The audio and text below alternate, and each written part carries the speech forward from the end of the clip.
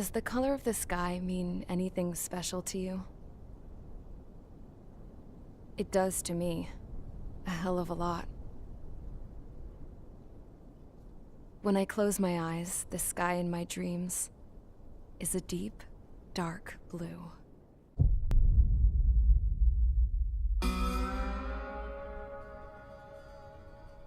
Pilots have been in my family for 4 generations.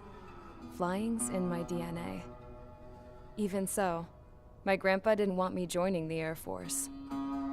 He lost faith in the ocean air defense the day my dad died in battle. You know, Abby, I wish you could see what it's like up there. Cruising above the clouds, the dark blue of the stratosphere. Nothing beats being at the controls and seeing it from the cockpit. Look here. Gramps tossed a magazine over to me with an article. Unmanned fighters are no longer a dream, it read. Pilots taking to the skies will soon be a distant memory. I don't see anything good coming from that. Know what? Lying smack dab in the middle of the desert west of here, there's a bunch of planes from the last war. Some of them have been mothballed, but most of them are just rusted piles of junk waiting to be scrapped. Gramps was really good friends with the super there, so he got to take whatever he wanted, no questions asked. That's how we got the parts to build our own plane. Now, when I say we, I mean me, my grandpa, and his old war buddies. I cut my teeth working with those geezers. They taught me their skills and some dirty jokes. But with their aging eyeballs and whatnot, I ended up having to do most of the work myself. I was at the airstrip doing some flight training when I saw it. A prototype drone. It wasn't much of a plane, more of a trash can with wings. Laugh at it all you want, kid. But technology's always changing.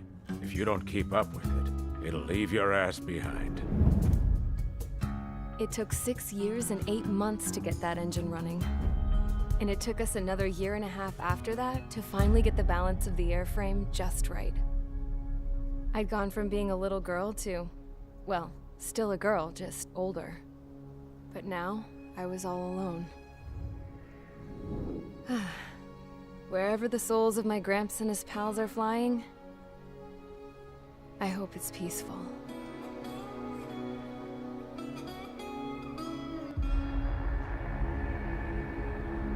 Then, finally, I was ready to break the sound barrier. All this plane could do was take off, accelerate, and fly up.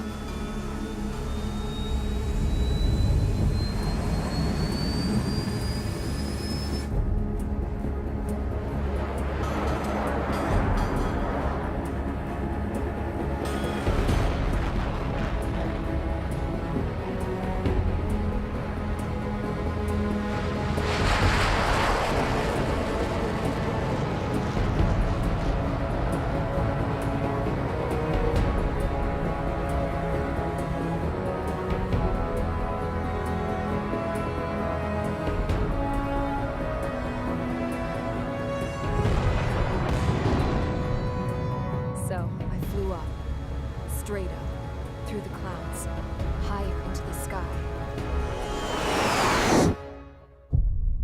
Dark blue. I could almost touch it. Then I saw Osia's fighters. They were tailing something. A drone. They were going full out chasing that thing. Doing 30 Gs at least. Damn, I've never seen anything move that fast. It had a rose painted on it. The Erusian emblem.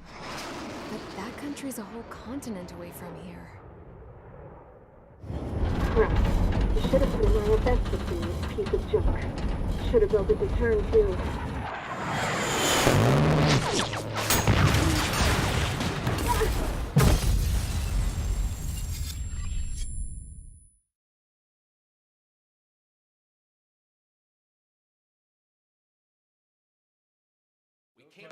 Is everyone here?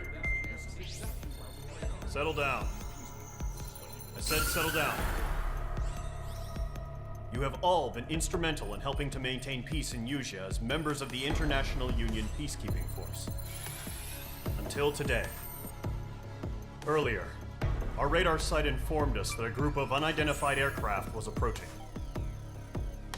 Communication systems went down immediately afterwards. We are led to conclude that they have attacked the site. Here's your mission. It's possible that the Yuuzhan ceasefire agreement has been broken for the first time in over a decade. As of today, the Fort Grays Air Base Squadron of the IUPF has been put on high alert.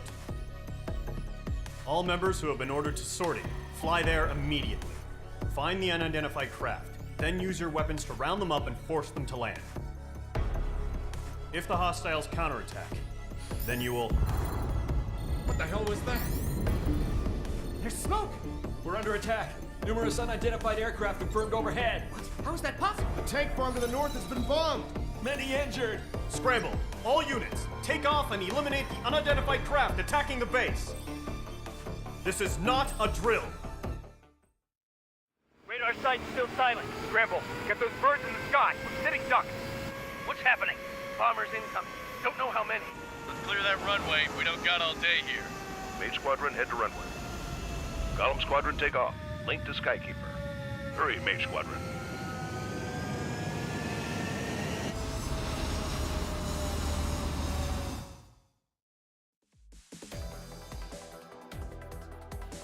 We are currently assessing the damage to the base. We have confirmed that the aircraft carrier Albatross was sunk. We know the attacking bogies were from Erussia. International Union peacekeeping force bases all over the Yuuzhan continent were attacked in the same way. The damage is severe. Many wars are lost by failing to recover from the opening blows. That means successfully retaliating was very important. You may have turned the tides of battle here. You have our thanks. As of 1 p.m. today, the Kingdom of Erussia has declared war on the Osean Federation. As soon as the news broke out, enemy aircraft began bombing Osean territory, causing widespread destruction. The Air Defense Force has released a statement saying this violent attack was carried out by drones. They speculate the drones were secretly transported to Osea in shipping containers and launched remotely. The Secretary of the Navy has stated that the enemy was targeting naval ports across the country. According to the Secretary, all of the nation's aircraft carriers, including one still under construction, sustained severe damage in the attacks. We have yet to hear back from the department as to the fate of Osean carriers currently at sea. Hold on, I've just received breaking news. The International Space Elevator, which is being built in southern Yuuzhan, has been seized by the Erussian army. Reports say former President Harling was touring the site at the time, but his current whereabouts are unknown. Our sources in government tell us it was Harling's policies regarding the space elevator that caused economic frictions in the area, and which ultimately led to this war. Located near Erussia, on the continent of Yuuzhan, the space elevator has been under construction for some time now. The Executive Office of the Osean Federation has declared a national state of emergency. They have ordered all its armed forces, including Yuuzhan peacekeepers, to mobilize and make the necessary preparations to launch an immediate counterattack. Ladies and gentlemen, our country is officially at war. Stay tuned for further updates. Breaking news from ENN. Osea launched an attack on the capital today, striking Farbanti from their aircraft carrier, the Kestrel II. After a brutal battle, the Erusian Air Force successfully repelled them. During the air raid, the Osean Air Force fired missiles at the city and managed to shoot down a number of Erusian fighters. Some of the disabled planes then crashed into residential areas. The world was screwed. 20 years ago, the Earth got slammed by an asteroid. Yuuzhan was on the wrong side of the planet and got hit. Hard. Refugees swarmed the Erusian Republic, the biggest country on the continent, plunging it into chaos. They were desperate and started a war, one they had no hope of winning. That's the war my dad fought and died in. The biggest nations from 2 continents went head-to-head, and the so-called righteous Oseans struck the deal that ended it. They fancied themselves the only nation that could bring peace and stability to the world. They even tried saving the Yuuzhan, still suffering from the disaster. That's how a space elevator, stretching way up into the sky, ended up being built in Yuuzhan, paid for by the Oseans. President Harling said he did it out of compassion for his fellow humans. But to the folks in Erusia, it looked like Osea was moving in to take over. Erusia went from being a republic back to being a kingdom. When they started this new war, they managed to get the drop on everyone. The second the declaration hit the news, Erusian forces took control of the space elevator without spilling a single drop of blood. President Harling was touring the elevator when it happened and disappeared. Then, while that was going on, the Erusian ships that were docked all around Osea released a swarm of drone fighters they had hidden on board in containers. No one thought they were capable of doing what they did that day. With pinpoint accuracy, they managed to take out everything that was military, and not a single civilian was hurt in the process. Osea pissed lots of people off with their huge military presence around the world. Erusia didn't have the same reach, but they could hit their targets faster and cleaner. And when all this was going down, I just so happened to be in my flying drag racer.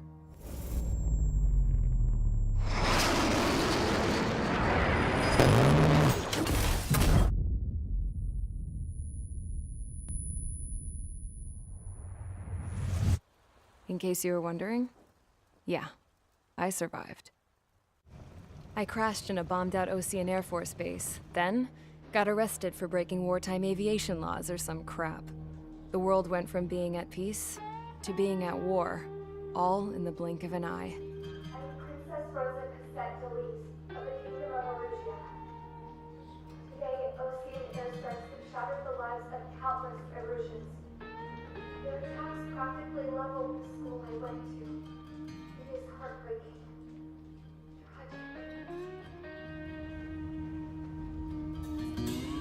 I was tried, found guilty, and stuffed into a cargo ship. For company, I had some court-martialed soldiers. And remember those mothballed planes I told you about before? They were loaded on the ship, too. We headed off down south for several days, and then swung east. That's how I got here. I was thousands of kilometers from Erusia, on the opposite side of the Usian continent.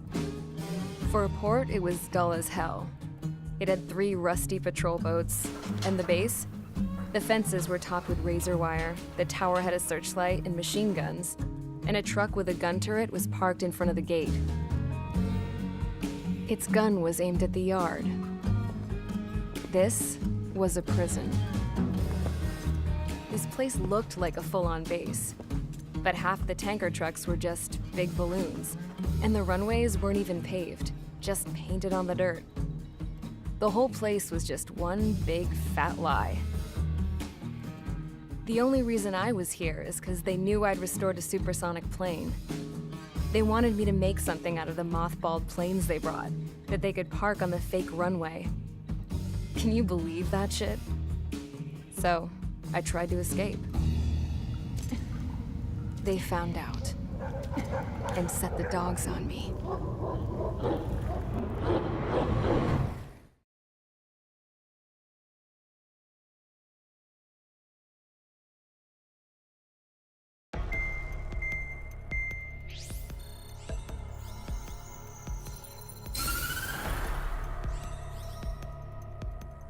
Erusia has made a declaration to the Osean Federation and all countries on the Usian continent stationing the IUN peacekeeping force that we are now at war.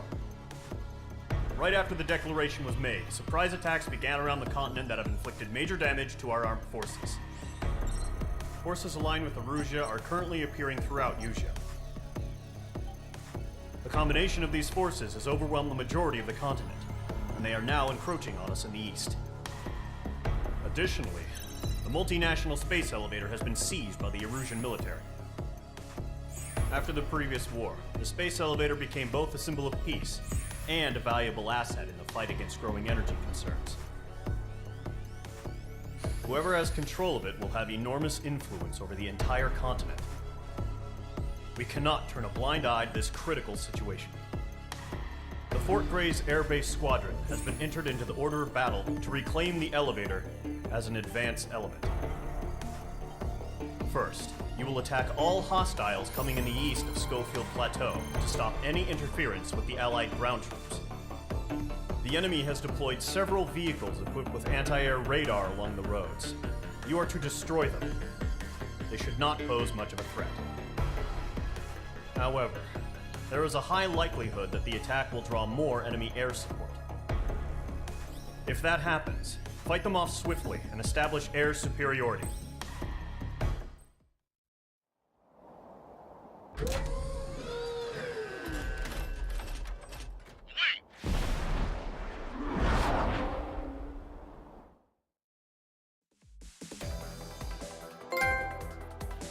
You've given us air superiority by destroying their radar. The first barrier keeping us from retaking the space elevator is gone. Now is the time to group up and begin the counteroffensive. Let us reclaim what is ours.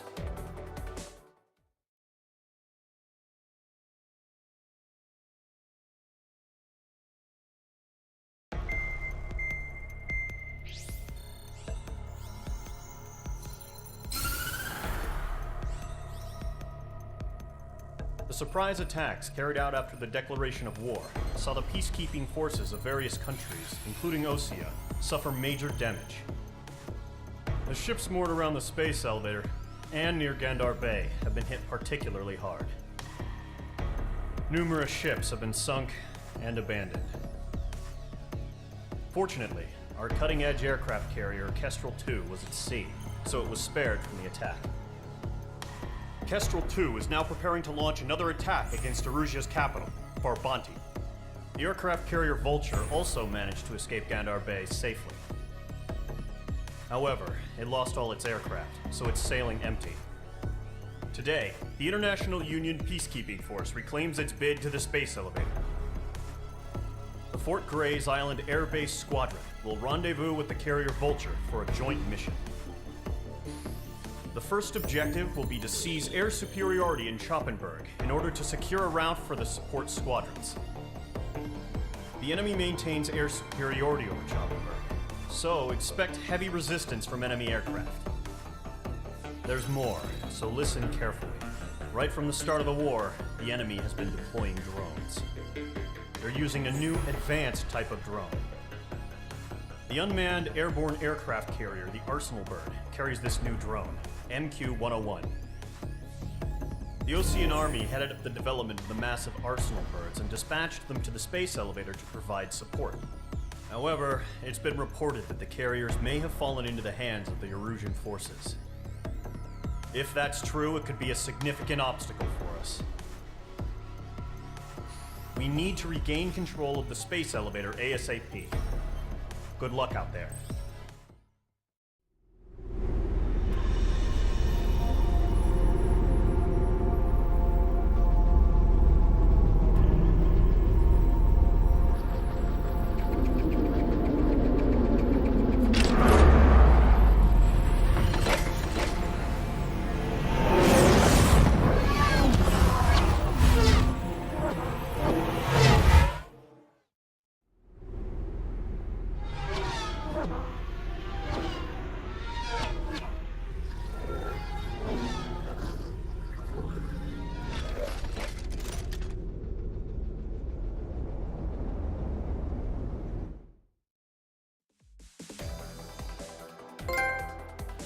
Unfortunately, the two-front offensive was a failure.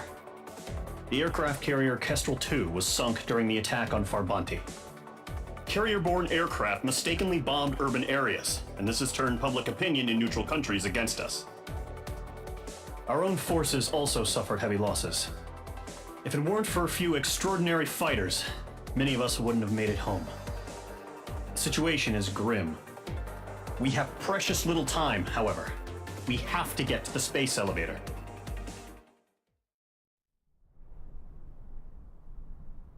Here he comes.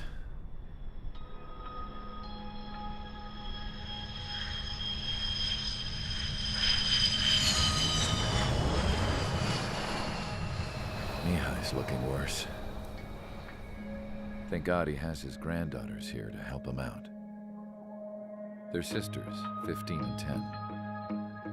Engaging the enemy in combat so we could use his physiological data to improve the drones had always taken a toll on Mihai's body. But today, he was really showing his age. The drones we based on his data were being taken down at a faster rate now, compared to when the war began. When Mihai found that out, he insisted on flying to the front lines to see it for himself.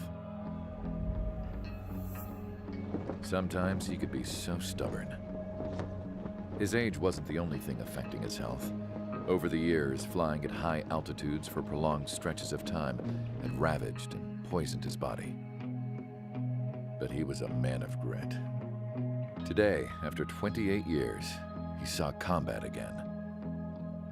If his flight suit still wasn't good enough to protect him, I can't imagine how many G's he hit today during the battle.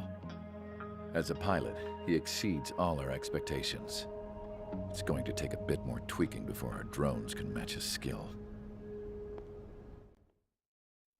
How penal is this penal unit, you ask? This place is a shithole. If you took the stink of all the corruption in the world, then corralled it all in one place, that would give you a pretty good idea of what the air smells like around here. We got all kinds of critters, too. Everything from flea-ridden guards, rabid dogs, and a mechanic doing the stretch for life. I can't forget the rats.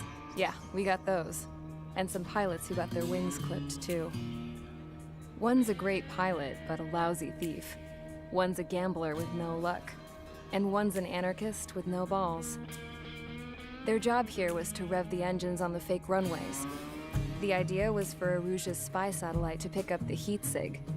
Even though there weren't any real fighters here, it looked like it on their infrared. I bet you're wondering, if Aruja lost the war, how come they still have a spy satellite? Because someone over there was smart enough to train a bunch of computer nerds to hack into half of Osia's satellites. That's how come. Every now and again, I'd try to bust out. And every single time, those damn dogs would drag me right back.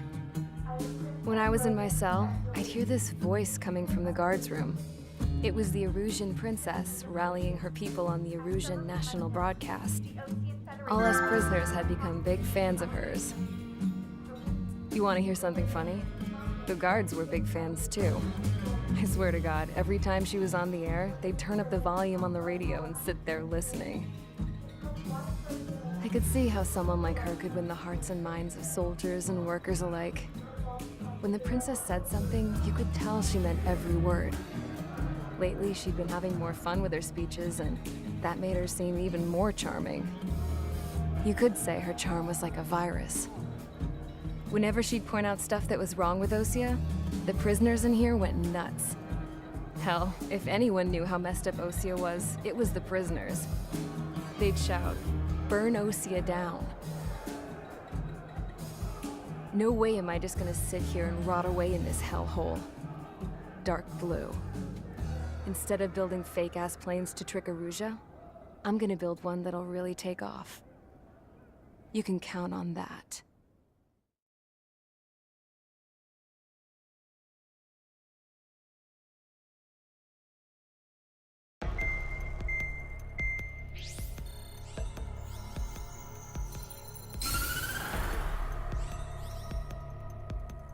As proved by the failure of our previous strategy, the Arsenal birds have bolstered the enemy's anti-air network. This will be difficult to overcome. However, we still need to get swiftly to the space elevator no matter what it takes. Someone there is counting on us. The hero of the Circum-Pacific War and the man who spearheaded the construction of the space elevator. Osia's former president, Mr. Harling. Mr. Harling was inspecting the elevator when the war broke out. He's been classified as missing since the elevator was taken over by the Erusian forces. However, according to the latest intel, a military officer accompanying Mr. Harling hid him inside the facility. Both are waiting for a chance to escape. Enemy anti-air radar network has been set up around the space elevator. It's likely a large squadron would be detected. We will send a single aircraft through the network and send in a rescue team soon after. A number of anti-air radars have been set up around the space elevator. However, our reconnaissance suggests their network is weakest along the southeastern coast of Selatapura, so we can elude the enemy's observation. There There are a lot of rain clouds this time of year. Flying through the clouds will enable us to stay hidden from their radar. If you happen to be detected by their radar, we will be forced to abort the mission. The lone pilot who will head up this strategy is you, Trigger. After you bust through, secure the rescue craft's landing zone by taking out the anti-air weapons. Gollum and others will arrive shortly for support. Provide escort for Mr. Harling's craft after rendezvous. Good luck out there, everyone. Entering operation area. Imposing radio silence. We'll radio you, but you are not permitted to make contact.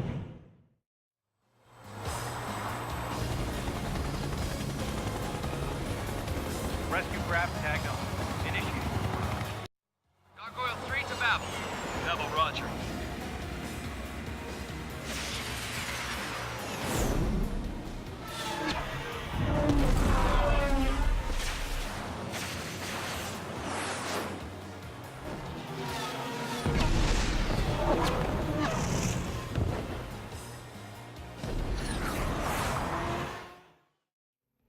The UAVs are continuing their attack. Make two.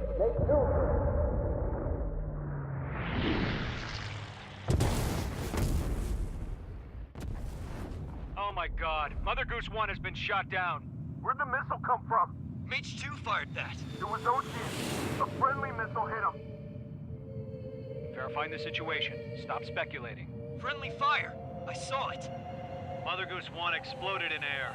No one could have survived. Looks like it tried to protect the elevator. The Erusian bastards, they just killed a hero. Mage 1. Was it Trigger? Trigger was the closest. UAVs were crawling all over our objective. I told you to keep a goddamn eye on the hatchling. It must have been a mistake. Arsenal bird is entering. All aircraft withdraw immediately.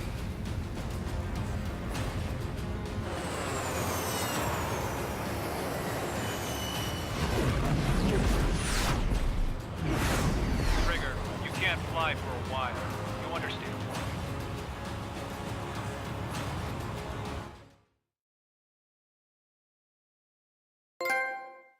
The operation to rescue former President Harling has failed. Sadly, there is no hope he survived. Trigger, you are suspected of assassinating the former president. There will be an inquiry. There will most probably be a court-martial.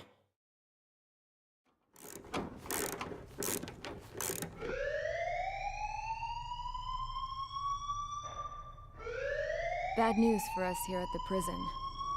The enemy fell for our decoy base. With all the fake planes and trucks we had out, it must have looked to them like the Ocean Air Force was about to go on the attack. Day after day after day after day, they bombed us. Osea didn't give a damn. We weren't soldiers to them, so go ahead. Bomb us. In their eyes, we were expendable. Worth less than the fake planes in the bunkers. No biggie. While I made fake planes, they had me put together some working ones. Then, some genius at HQ decided we should send it up, so the base looked legit. Thankfully, we had people to crew them. It didn't matter what we were locked up here for anymore. Top brass needed pilots, and criminals were all they had. A crook, a gambler, an anarchist. Just your typical lowlifes. They threw each one of them in a cockpit and sent them up to intercept the enemy's planes. But in the end, it was all just for show. So, up they went, day after day after day. Today they tossed someone new into the mix. Wonder what he did to get sent here. My dad died flying for the Ocean Air Force. When your allies are surrounded, one of the most dangerous missions is giving them cover to retreat. Whoever signed up for that was a real hero. But even more dangerous than that was being the one who had to cover the rear guard's retreat. That was my dad's job, and one time, he called it off. Said it was too late for him. Said anyone else would have done the same. I found that out from a war buddy of his when he came to tell me how my dad died. The next time a retreat happened, my dad volunteered to be in the rear guard. Dumbass. He died all right. No one came to help. The news nearly broke me. Of all the ways to get killed, that's gotta be the most pathetic one ever. Am I right? There's a rumor going around about another inmate. A guy they brought here a little while ago. Get this, talk in the cell block says he was sent here because he killed Harling, the president of Osea during the last war, remember? He's the one that sent my dad on that suicide mission. He's the reason I had to go live with my grandpa, and why me and Gramps started building a supersonic jet. He's the reason I ended up here. Maybe I should give that guy a thank you note for killing him. Nah. God, I hate the smell of this place. It's all fake and lies and bullshit. It reeks.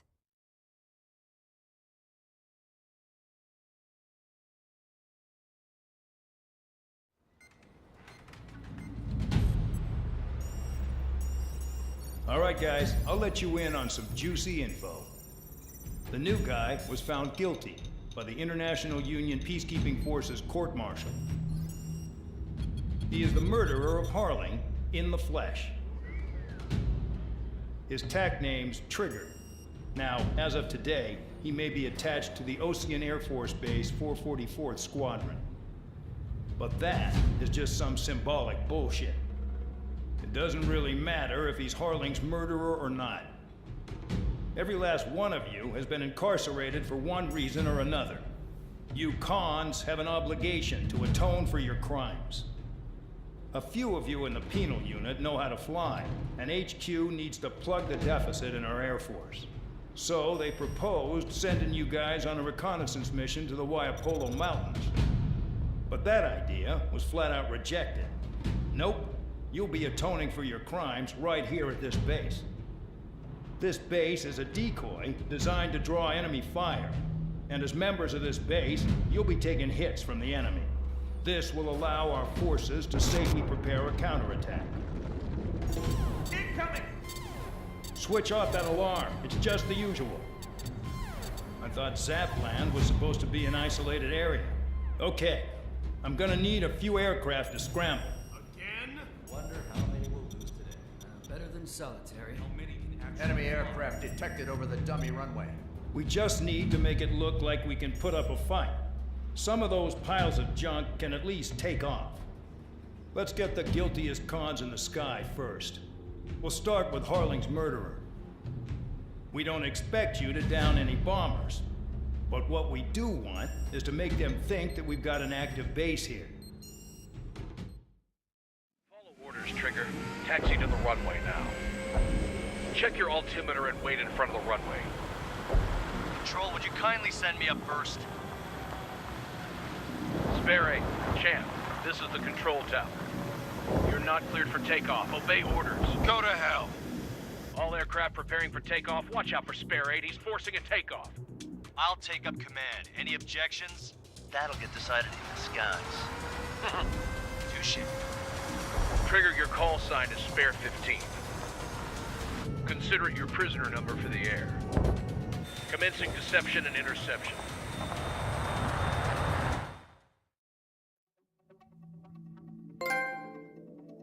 Did I say you could take down the enemy?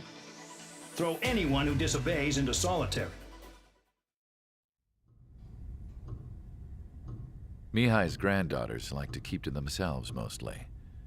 They were well behaved and possessed a sort of quiet elegance. From time to time, I'd catch myself looking at them, wondering what they were talking about. I'm sure everyone on the base did the same. They were such enthralling creatures. Every night, a crowd would gather around Mihai. They were the men tasked with guarding him in the air. Their jackets all bore the same patch, a relic from a nation that was long gone.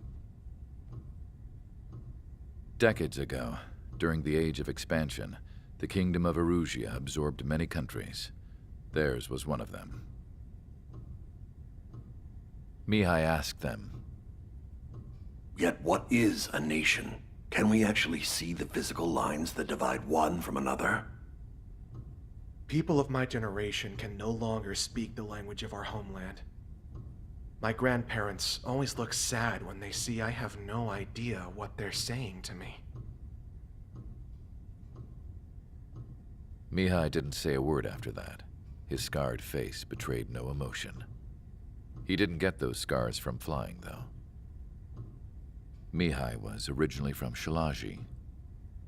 His real name is Mihai Dumitru Margarita Corneliu Leopold Blanca Carol Aeon Ignatius Raphael Maria Nikitas A. Shalaji. When he was young, he was the heir to the Grand Duchy of Shalaji. Then, revolution broke out among his people. Mihai was betrayed by a close friend who pointed a gun at his face and pulled the trigger. The revolution was successful, but the new country that sprang from it was annexed by the expanding kingdom of Erusia. The Erusian royal family allowed Mihai's family to retain their title and noble standing in the new kingdom. But Mihai surprised them all by signing up for the draft like an ordinary Erusian citizen. He was then accepted into the Air Force Academy by order of the king. Mihai soon became an ace pilot. When the royal family was ousted and Erusia became a republic, he continued his service for the new regime. Test sites soon flourished. One day, a classmate of Mihai's granddaughter visited. I noticed the rose emblem.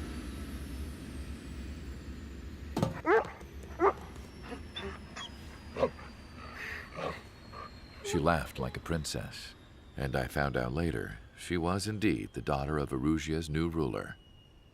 She was the connection to the royal bloodline everyone was looking for, the one to restore the monarchy. This new princess was truly a godsend for the Erusian people. If Mihai's granddaughters were like the moon, she was like the sun, around which everything seemed to orbit. Her face was so expressive. It's no wonder the people of this war-torn country instantly felt at ease when they saw her speeches.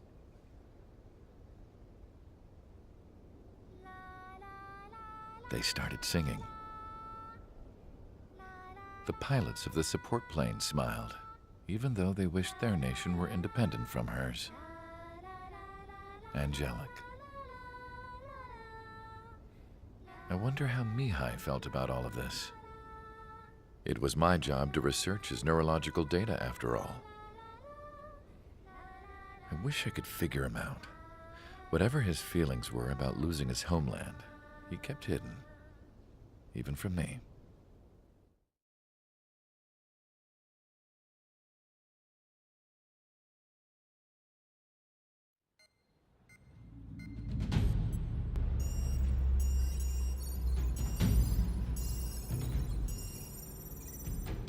Your mission is to atone for your crimes by attracting the enemy's attention. First, I want you to head from the base to the desert region of Roca-Roja to the northwest. And then second, you will attack the large Erusian base there. We've been unable to verify that base's ability to deal with fighters. You will attack and provoke the enemy into revealing their AA strategy. Get them to fire at you as much as you can. That way, we can confirm where they're firing from.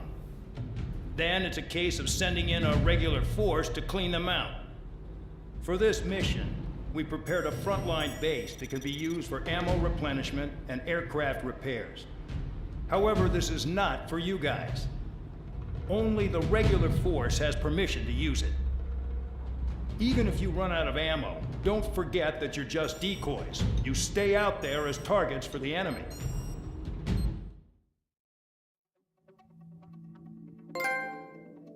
You lost planes, but the mission succeeded. However, some of you crossed the return line for supplies and for repairs. This will result in solitary. Take them.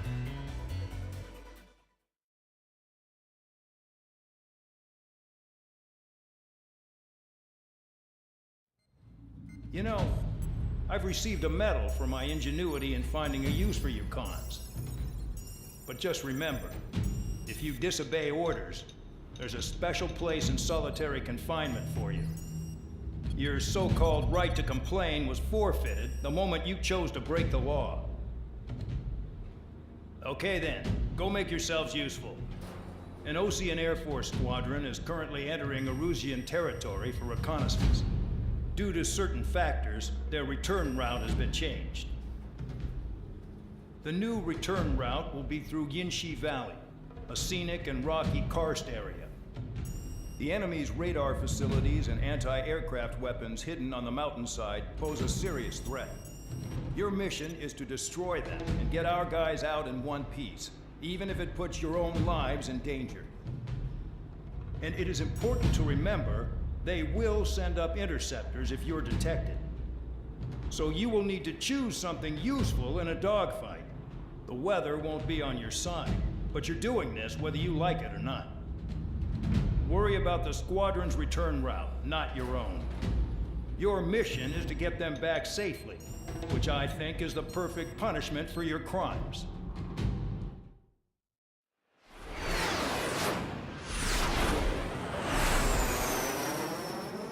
There they are. Leave this one to our friends.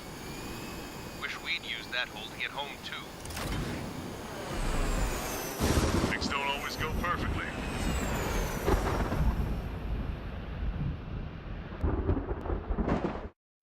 He's glued to my tail. Still not firing. I ain't afraid of it. Spare ain't. No dogfighting. Negative.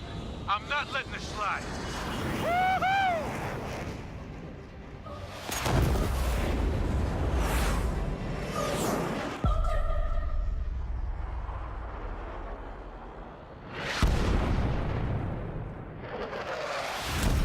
You could have done that sooner. I want to understand the enemy. The crew said the enemy had one mean son of a bitch flying for him. Our team had a few Air Force hot dogs, real experienced pilots. But this guy swooped in like a hawk, locked on, and took them all out in the blink of an eye. Reminds me of a story Gramps told me once. He said a little while before he retired from active duty, he saw an enemy fighter wipe out an entire formation right in front of him. It was like seeing how a shark works when it's going after its dinner. This enemy pilot stalked Gramps' pals from below, just like how a shark would. Then one by one, he put the bite on them. Sounds like what happened to our guys today. Kinda surprised so many made it back alive. I bet when they saw what was going on, they broke formation and left their buddies to the shark. Hang on. There's 3 extra planes here. They're foreigners too.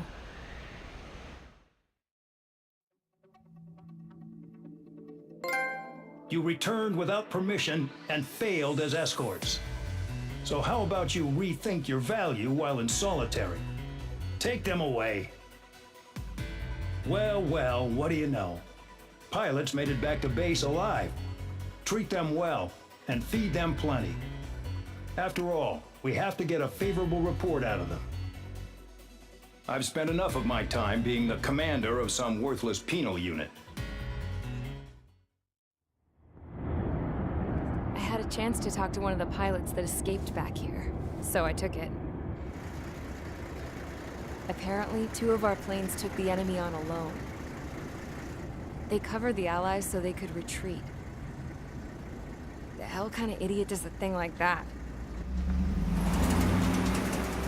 The last pilot to land back at the base was that scrawny anarchist dude. He always had this dumb grin on his face, like he didn't give a damn about whatever he did to get thrown in here with the rest of us. Was he the one who went gung-ho? I bought him a drink later. After the usual small talk, I turned the topic around to the mission. For an anarchist, he struck me as a bit weird. Nothing like what I expected. He talked a mile a minute and kept going on and on about library books. Not encyclopedias, those cheesy adventure novels you read in high school. Nothing against those. I like a good story myself once in a while. But I wasn't here to talk books. I remember that day well. Amidst the swirling clouds, the fighter squadron was trying to help its allies reach safety. He's pretty foolish, isn't he? I thought so too.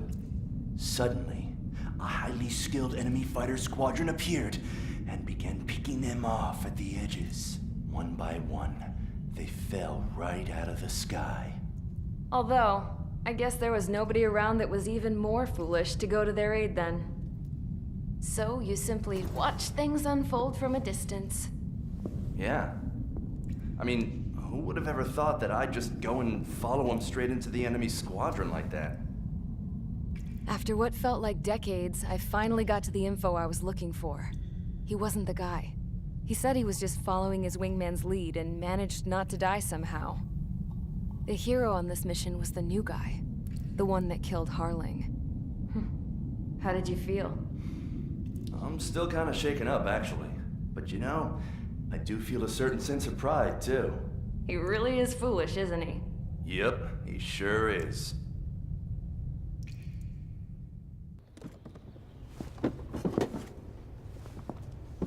I went to the hangar to have myself a closer look at Trigger's plane. I knew that burnt smell. That's what happens when an engine's been driven to its limit. This pilot was a hot dog. From now on, I was gonna keep my eye on this idiot. From a distance, though. I didn't want to get too tight with someone who was a better pilot than my dad. Even so, I decided to give this guy's plane a little bit of the old Avril magic touch. He needed all the help he could get.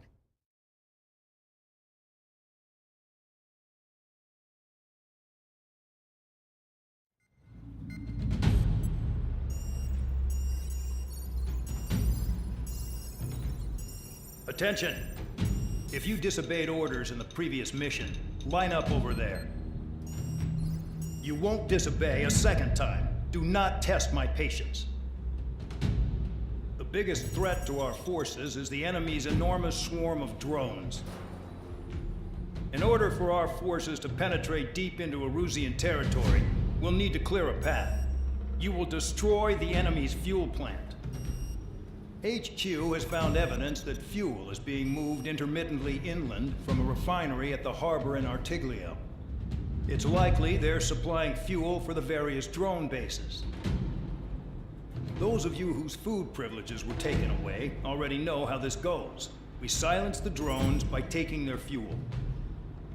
Enter via the estuary, take out their AA, destroy the fuel points on both sides of the river and their oil tankers. Remember, you're not bona fide military. You're expendable.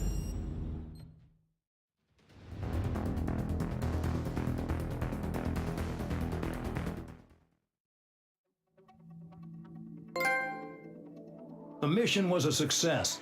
There's nothing else I need to say. Dismissed. So it looks like we're getting attention from above. If any credit is due, it should come to me. Prisoners deserve nothing.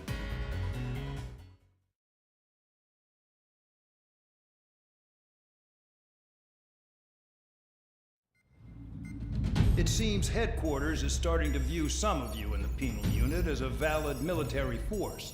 Or at least that's what the rumors are saying. But that's bullshit. The only reason you're here is to atone for your crimes by carrying out missions. Well, you sit on your ass and get medals. You, solitary, now. Okay, on to the briefing. In this mission, you're going into Erusian territory.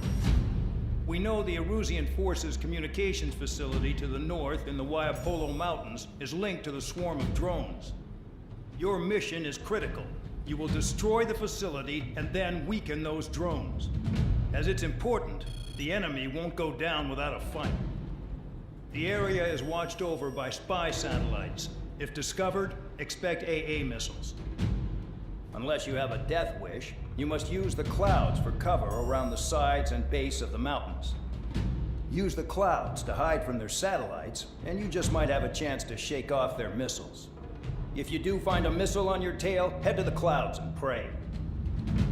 Let the missile kill you or crash into the rocks. That much freedom I will give. Nobody told me there was this many nearby. Incoming Allied fighters. Respond.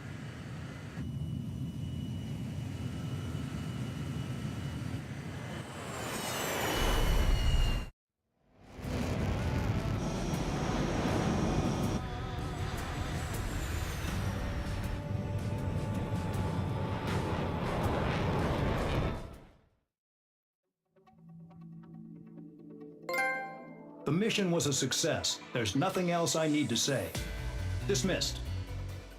Hold on, Count. It looks like your kill numbers are going up every day. You know what happens by giving false reports. Anyway, you other pilots should learn from him. I'm getting the hell out of this dump. And when I do, their kill count will make my star shine brighter. Suddenly, we were being treated like a regular unit.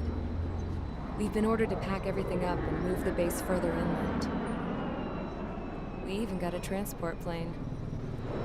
The funny thing is, no one here remembers I've got a bum leg and, oh, that I'm not a soldier. Take a look at the map. There's an island on the other side of Uja our Marines landed on. The space elevator's not too far from there. They tell us the airfield's being used as a base to support the elevator. Not sure if I trust that intel. Anyway, the transport plane's gonna drop us there, without any fighters to cover us. Some genius thought we could commandeer the enemy's jets they left in the hangars, and use those to fight. Y'all aren't real soldiers, they said. Any other day we'd be using you lowlifes to go out and dig up landmines. And prisoners don't get guns. You'll just have to make do with whatever we give you and like it.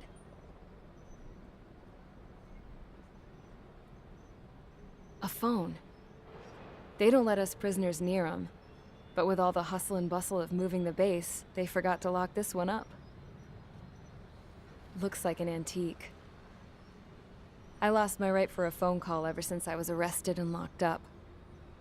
It's trippy to think that I can just hook it up, dial a number, and talk to someone from my own country.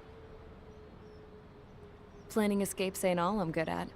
I'm plenty good at remembering phone numbers, too. A little while later, I headed over to HQ.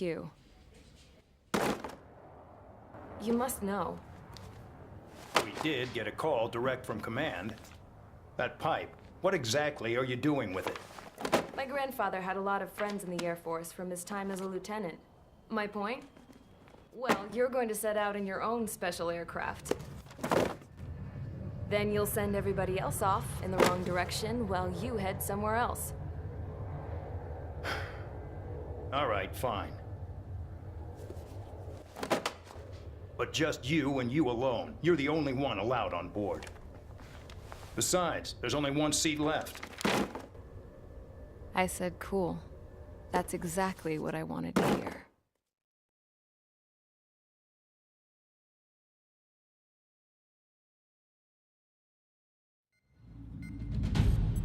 Attention, I've received a communication from the General Staff Office.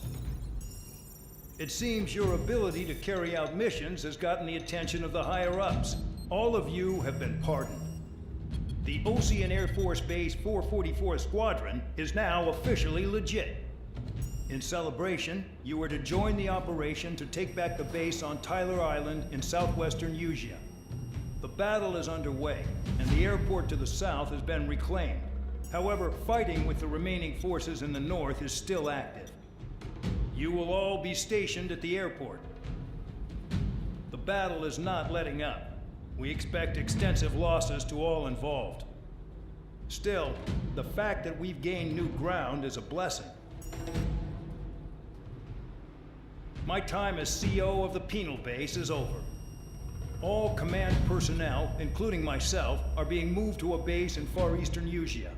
However, we will be stopping to refuel in Bulgurdarest. It's in Erusian territory, with close ties to Osea. Even if we detour, we will still have to fly through Erusian airspace in the end. And that is where we will need you ex-cons to come in. I've selected a number of you with mission experience to provide support. That's all. Dismissed. Hey, Trigger, wait right there. Though I'm not entirely happy with the arrangement, you are going to provide support. The drones might attack again. If they do, protect my aircraft with your life. If the General Staff Office hadn't stepped in and requested you, your ass would have been sent to Tyler Island.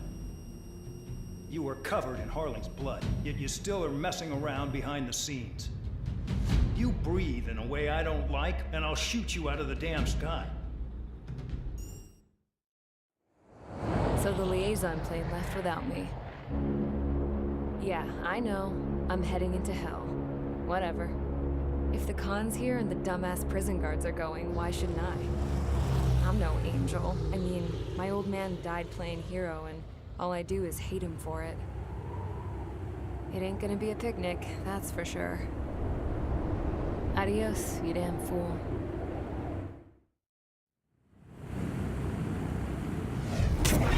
It closed in fast.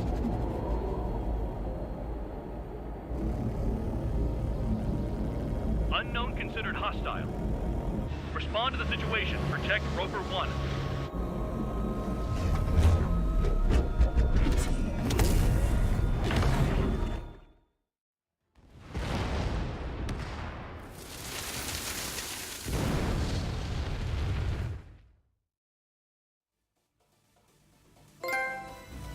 Ordinarily, you'd get a warm welcome to our base, but the situation is complicated.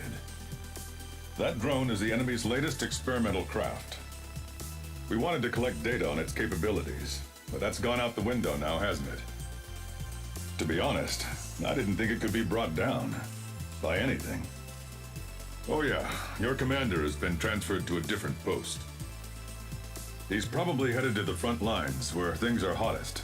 Well, he did stress his achievements. We need every edge we have. We're currently seeing where we can use you best.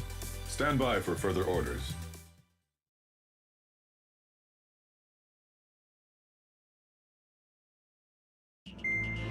Trigger, Count. We've received official confirmation about what we're supposed to do with you. The company commander has made it clear he'd like you both to officially join our squadron. This is an unprecedented move. Seems like you've got some people looking out for you. Still, I think it's because of how you've conducted yourselves. I believe you'll be an asset to us. Okay, it's time for your briefing. For a long time, our counteroffensive has been overpowered by the Erusian drone's auto-intercept system. If a craft enters their airspace and doesn't respond to their IFF, drones automatically take off and move to intercept their target. However, we've discovered that the intercept system has a blind spot. We've acquired this valuable information by sending our other squadrons on dangerous missions to scout the whole area and initiate combat. Of all the pilots assigned to us, only 2 managed to survive the mission. If we don't act now, before the enemy can fill in the blind spot, those pilots will have sacrificed themselves for nothing. So, we've been ordered to carry out a long-range strategic strike. Operating separately from the main forces as the Long-Range Strategic Strike Group, we've been developing a strategy in secret. Cyclops Squadron and Strider Squadron will sortie deep into the Erusian territory and will be carrying out specialized long-range attack strategies. You will carve your way through the territory from the north to the capital of Barbanti, attacking important targets along the way. The first operation will involve striking the enemy's main naval force, the Njord Fleet, which is gathered in northern Eugene. We've known for some time that there's a large supply base utilized by the enemy fleet in the waters around Snyder's Top. At present, the enemy fleet is concentrated there. Naturally, they intend to attack eastern Eugene, where the Ostian forces are stationed. If we can surprise the enemy with a long-range attack, we could potentially do devastating damage to them. Still, it's highly likely that their advanced fleet are prepared and have started to move, so combat with the enemy fleet is probably unavoidable. We've verified the existence of a large supply base in the sea, as well as a medium-sized one in a valley by an estuary. It's a wide operation area, and there are a number of places you can expect large-scale combat, so we've set up a return line for replenishing supplies. Use it proactively. Anytime you feel the need to stock up on ammo or make repairs to your craft, it's there. While aircraft and ammo can be replaced, the lives of our pilots cannot. We don't want any casualties out there. Remember that. The counterattack has begun. Brace yourselves. Trigger, recon call sign is Strider 1. You will be leading Strider Squadron. Count. You'll be Cyclops 2. You'll be under Cyclops 1.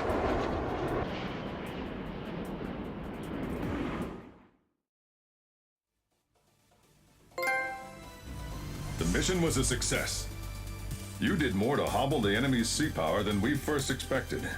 Outstanding work. This should free up our allies who have been bogged down on the East Coast.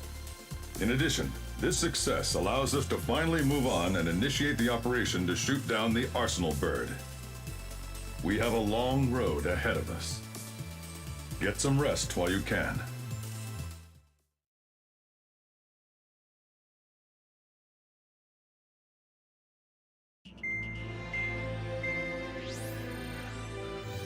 Our counteroffensive has changed the course of the war. However, the western part of the continent and the area around the space elevator still remain under Erusian control. As you all know, this is because they have those damn Arsenal birds controlling the skies around the lighthouse. So, we're going to use Stonehenge for a long-range attack against the Arsenal bird.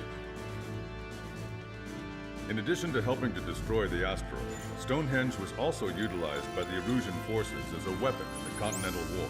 However, the majority of the artillery is out of action after an air raid by the independent state Allied forces. When that happened, the main base was being repaired from the damage caused by the asteroid, so it managed to escape the bombardment. The Osean Army continued the repairs in secret and managed to reactivate its base systems. Once preparations are complete, it will be able to fire again. However, the officer in charge has yet to confirm whether it can be fired more than once. In other words, it is looking like we may have only one chance to be able to bring down one of those invulnerable Arsenal birds. We're going all in on this one plan. The Erusian forces have detected our movements and are marching on Stonehenge. The Arsenal bird is closing in, but if our operation goes as planned, we should be able to shoot it down before it reaches the operation area. We've set up strong points we call menhirs around Stonehenge. Provide them with air support, while keeping air superiority. Our mission is to protect Stonehenge until it can shoot down that monster bird. If we can shoot down even just one Arsenal bird, it will significantly reduce the scale of the enemy's air defense network. Stonehenge is our only way of bringing down an Arsenal bird. Missing is a luxury we cannot afford.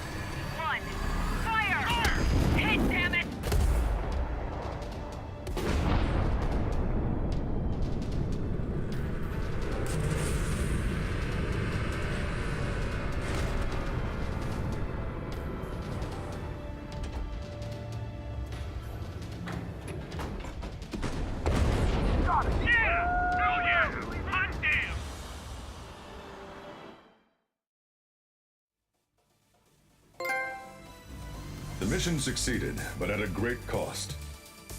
This victory marks a strategic turning point. The enemy has only one Arsenal bird left, and the defensive grid around the space elevator has been decimated. We can expect a counteroffensive by Osean forces everywhere.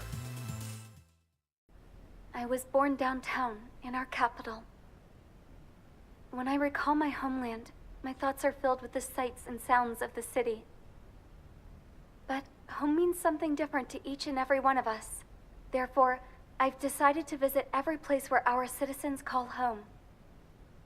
The Kingdom of Erusia is a land of diversity. Each region has its own unique and special culture.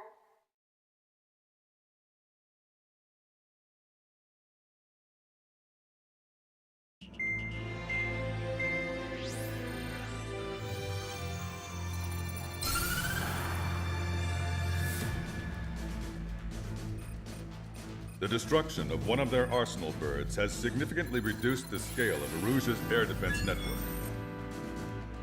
Osean forces have moved into the areas where we gained air superiority and freed over half of the Eusian continent. However, Erusia is feeling the pressure and is reacting by attempting to activate the ballistic missile base in the suburbs of Sierra Plata. For the past 72 hours, they've put the resources and people into action and have already entered the final stages of a launch. The missile silo is deep underground. To destroy it, we'll need a bomber to drop a huge deep penetration bomb in a precise place. Unfortunately, that airspace is thick with clouds at the moment, so it'll be difficult for a bomber to hit the target accurately. Normally, we'd wait for the weather to clear, but with the situation being what it is, we don't have that option. So, we will be the bomber's eyes and find the missile silo. You'll all be equipped with targeting pods instead of special weapons. We need you to fly at low altitude, visually identify which silo they're activating, then acquire it with your targeting pod. Once you press the firing switch, the bombers will drop their payload based on the location data provided by the targeting pod. You will need to keep the silo in the center of your sight until the bomb hits its target, or else it will miss entirely. It takes a high level of airmanship to properly guide these bombs to their targets while flying a plane. Naturally, we assume the enemy has positioned anti-air artillery and aircraft in the area of operations, so stay alert. Additionally, we suffered human and material losses in the last battle, so Cyclops Squadron will sit this one out. Trigger, it's up to you to make this work with just Strider Squadron. Alert! We've detected an IRBM launch. Confirmed signature on our radar. Launch site is this dam. We have successfully prevented an enemy ballistic missile attack. Strider Squadron, you did very well without your unit commander. We are now preparing for the final stage of our long-range operation, seizing the capital.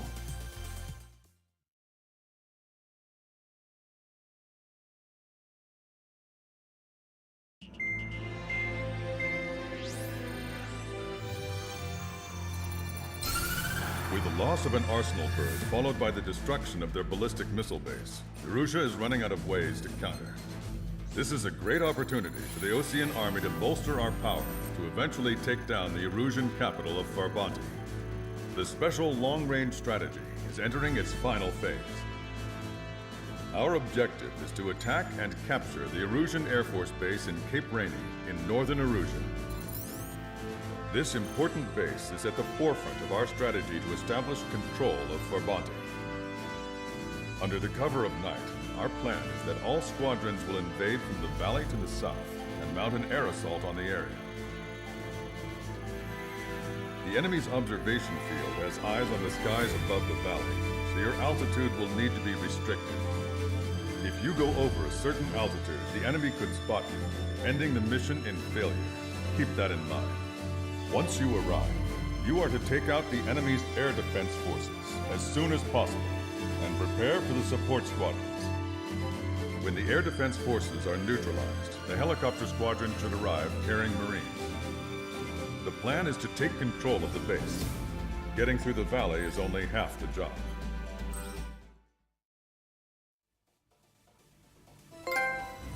Excellent work on the night raid. Submarines have arrived from the Osean mainland and are refueling. This base will serve as a frontline platform for our mission to take Farbanti. We're almost at the end of this operation.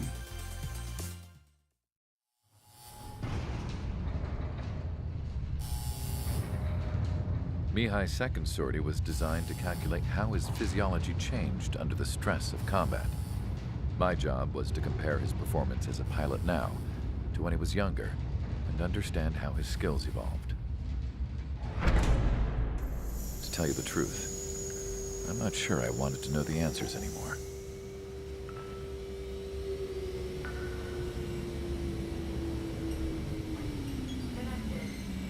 For a man his age, Mihai's body was unbelievably resilient, remarkably flexible. His reflexes were sharp as they ever were. Still, after all those years of flying in the outer layers of the atmosphere, even someone as strong as Mihai wasn't immune to the effects of the strain. The human body is fragile. It was not meant to handle the excessive amounts of radiation that constantly bombarded the stratosphere. For Mihai's second sortie, we used a flight suit that was still untested. He seemed fine on takeoff, but by the time he landed back at the base, it was clearly a mess. He got caught in a surprise dogfight with an especially stubborn enemy. It took a while for Mihai to bring him down.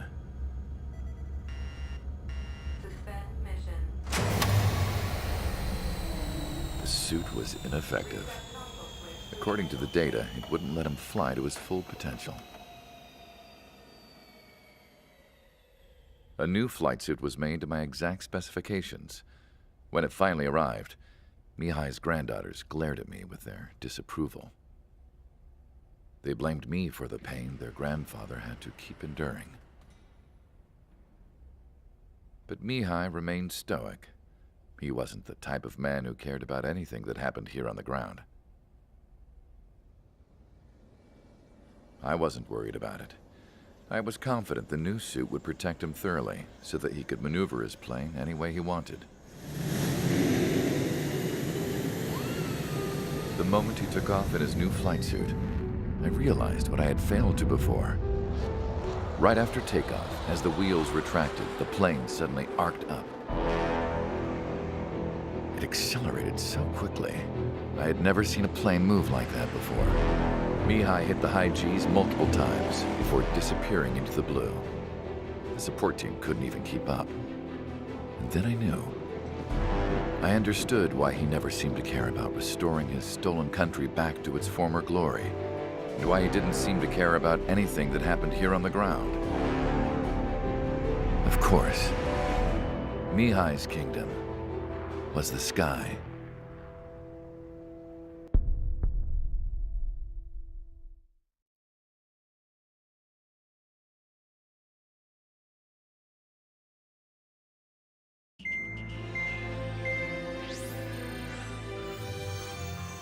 The operation to capture Erusia's capital, Farbanti, is beginning. This is the culmination of our work. We need to capture the Erusian forces' general headquarters in the south of Farbanti and end this war. The plan is for ground troops to attack Farbanti from both the east and north, and a task fleet will attack from the southwest. We will secure air superiority over the capital, while providing air support for our allies on the ground and in the water as required. By all accounts, we expect this to be an intense, full-scale battle across land, sea, and air. Should you need to replenish your ammunition or make necessary repairs to your craft, a return line has been set up in the north. During this operation, we will also be tasked with having to destroy the communications satellites that Erusia hacked. If we take down the information communication system that we believe they have control over, it should plunge Erusia into chaos. Once the capital falls, the Erusian military will be isolated and thrown into chaos, making it easier for us to end the war. However, that can't happen until after the capital falls, so you guys are the stars of this battle. Erusia will fight like a tiger, but we cannot lose. We must seize the capital and end this war.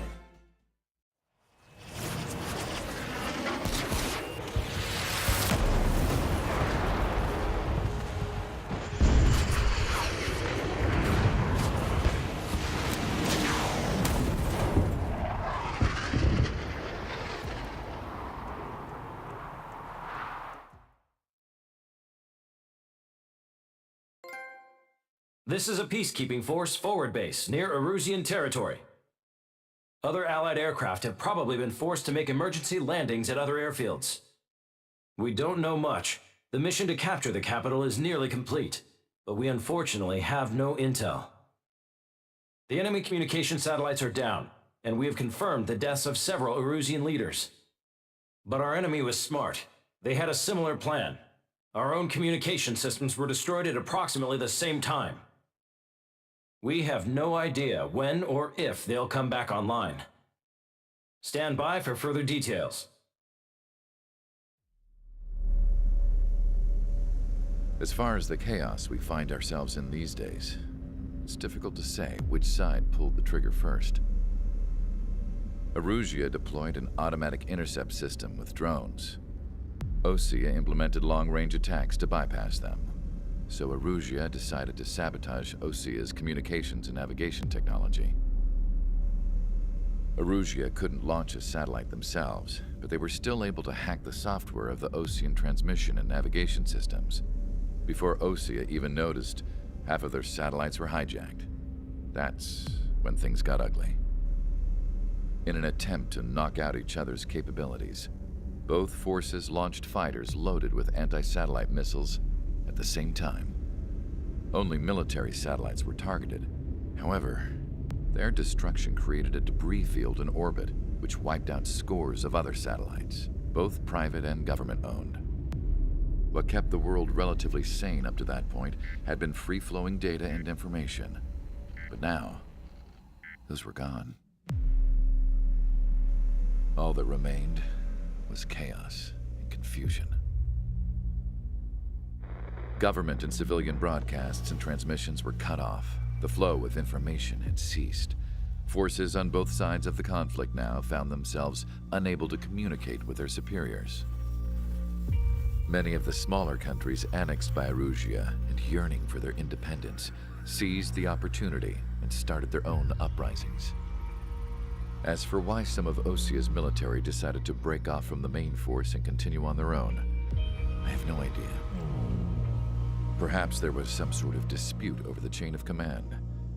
The continent that had once seen wars that were only fought between Osea and Erusia was now full of numerous conflicts between rival leaders vying for power. Insurgencies were everywhere. I even heard a rumor that a group of Osean convicts had rebelled. Rumors. It never ceased to amaze me that even at a crazy time like this, something as trivial as a rumor could find its way here. Communications from corporate were cut off. Apparently, the entire computer network was down. It was a wise decision to make our drones autonomous with AI instead of being radio-controlled. Wise and forward-thinking. Even with their GPS offline, they can still use their sensors to navigate as long as they're working properly. I'm sure the drones are still working perfectly, following their mission orders to the letter. I wish I could upload Mihai's new data to them. But without a connection, I can't upload the software to the active drones. The new ones we're making, though, there should still be enough time to upgrade those before they're activated. I'll be taking the data I've acquired away from the front lines now. Oh, and I'll be taking the girls, too. I told my assistant Masa it was time to get Mihai's granddaughters ready to leave here. She's not much older than the girls, but she has a way about her, and I'm sure she won't have any trouble with them. I saw a plane flying off in the distance. I imagine it was looking for a safer place. The plane had a rose emblem on it.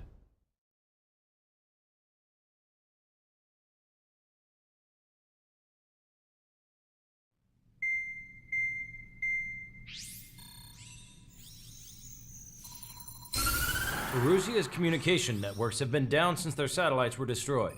Unfortunately, we are experiencing trouble too.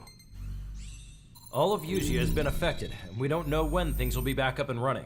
We're not even sure if this is Erusia's doing. Still, we will follow the strategy that was originally planned and move on to the next operation after liberating Farbanti. Let's get to it. Since the war began, we've been receiving communications in secret from an officer in the Erusian army. With the capital under our control, Erusia's radical element is losing support quickly, affecting the balance of power. HQ is thinking of using the military officer as a way to gain leverage to settle peace negotiations. The officer is currently hiding in the outskirts of Anchorhead Bay. having joined up with support dispatch from the Osean Army. The plan is that they'll take a standard vehicle to a rendezvous point at a harbor in the east part of the city, where a helicopter will be waiting. I would like the new Strider Squadron to provide escort for the officer. Cyclops will remain at the base on standby to serve as defense. With the communication network currently down in the capital, I very much doubt Erusia will be able to mount a regimented counterattack. However, it is likely that Erusia's intelligence department and the remaining forces who are aware of the officer's movements will interfere. Keep a close eye on the officer and make sure he stays safe. Our victory in Farbanti has given us a golden opportunity to finally end this war. Be safe out there. Take note that our satellite-based IFF has become unreliable following the recent communications failure. As such, target ID will be done by processing the images from the infrared cameras on your aircraft. Objects will initially appear as unknown on your HUDs, but will be ID'd once you close in on them for a set period of time. To the unidentified Osean craft, this is Captain Carl of the Osean Army. Are you here for the escort? You're not the squadron I was expecting. Are you really friendlies? Over. This is Longcaster. Airborne warning and control system for the Osean Long-Range Strategic Strike Group. Captain Carl, they're on our side. And those two pilots we've heard about must be here too. Okay, I hope you're right. This plane is carrying civilians. We have escort fighters, but we do not intend to engage in combat. Please stand down.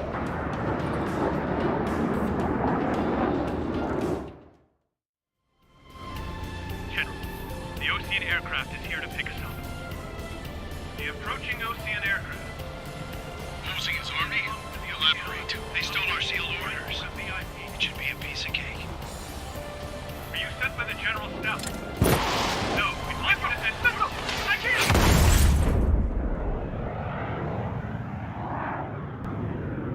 There are 3 scratches. What does that mean? The tail of that plane.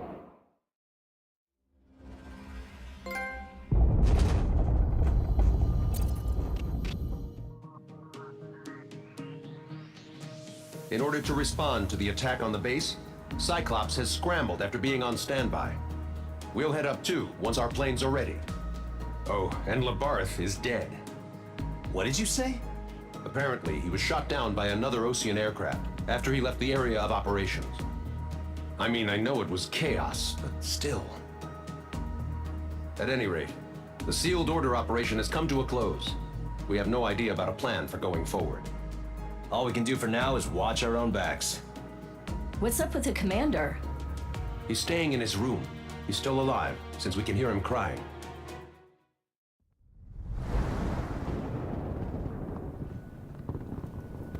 The island we went to was supposed to have been secured by the ground forces. They hadn't gotten a handle on things by the time we got there, so now we were stuck in the middle of a half-assed campaign. My job was to get the planes ready for combat, making repairs and handing them over to our troop of cons. Thing is, the enemy still had the hangars. The comms were still down, so none of us knew what the hell was going on. The last transmission I heard before everything went to shit was that some prisoners from an Osean military penal unit rioted and managed to escape. They stole some jets and now they were flying around, taking out their former allies left and right. I wonder if any units like ours were out here, creeping around. Hearing the Osean jets firing at each other overhead chipped away at morale. Since the radio was out, it was quiet. I liked it better that way. All I heard was the gunfire. Here we were, walking around carrying rifles. We were pilots, damn it. Friendly fire will probably kill us. You know things are desperate when the guards that used to lock us into solitary are now telling us it's better we all stick together. I guess they think our odds of surviving this war are better that way. After walking for miles across the battlefield, we came across the wreckage of a plane. Passenger, not military. I knew that rose. It was an Erusian liaison plane. The guard's dogs smelled something and took off. They led us to a cliff. And the bodies. Today, I lost everything. When Osea attacked our capital, my father, a man who was never really suited to being the king, was killed. I was to be flown out of the war zone to safety, but the plane was shot down by rebels. The entire crew was killed in the crash.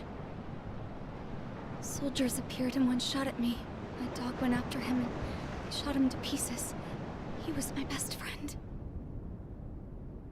After all those speeches I gave about working together for peace, I thought everyone felt the same as I did.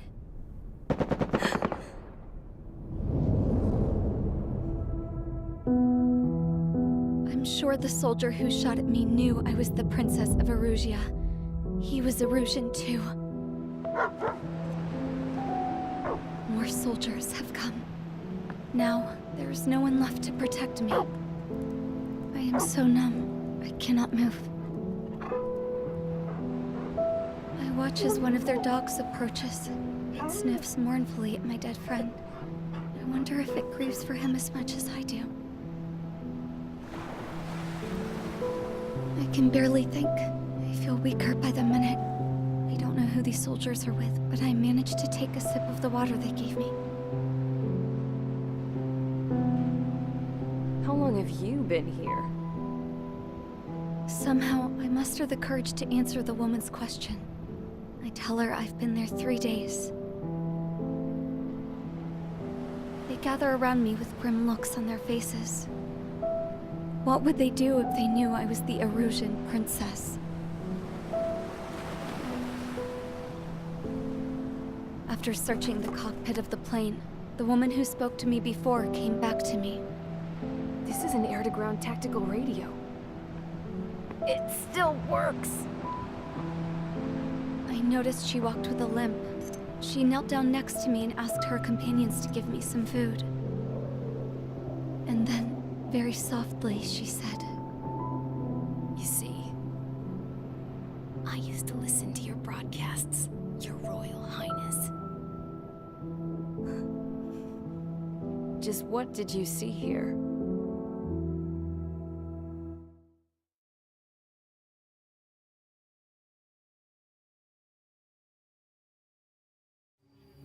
Okay, enough talk. Your opinions have all been taken into consideration. Beyond the seizure of Forbanti, which is important, and supporting the Erusian officer. At this point, I just don't know what our strategy is, or what our mission will be. Radio communication is still patchy for both the military and civilians, so we're getting zip from Mission Command about our orders. Still, with countless Erusian forces in the area, it's too dangerous for us to stay around here waiting for a miracle. Now, regarding Count's suggestion to think about self-defense, I think we should make a break for Tyler Island. It was a large Osean base before the start of the war. Count says his previous squadron took part in an operation to seize control of the island. It has the only base that will get us to the space elevator without refueling. It's also a transport facility for supply ships that provide drones and ammo for arsenal birds. For the Osean forces that are looking to reclaim the space elevator, those are two great reasons in its favor. If everything went according to plan, the base may already be in Allied hands when we get there. Though based on what Count told me about the island operation, it won't be easy to seize control. If the ground troops have managed to open the bridgehead, the transport route to Osea for supply ships should be available. With so much at stake, I can't imagine Erusia just giving it up without a fight. Things could really have gone bad.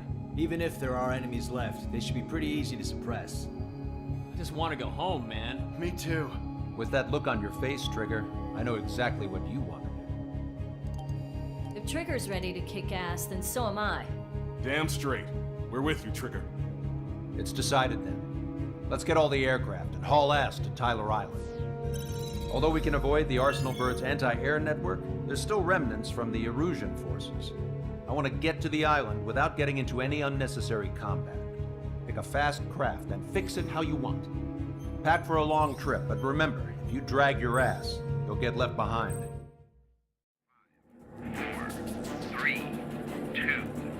1. Launch. 1, 2, 3.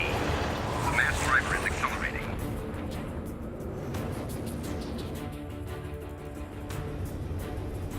The supply ships have been launched from the mass driver. If the supply ships make it to the arsenal bird, they'll be able to resupply it. They may be loaded with new weaponry that we don't even know about. We have no choice but to take down the supply ships before they can get within the arsenal bird's air defense network. You've got to hurry or you're not going to make it.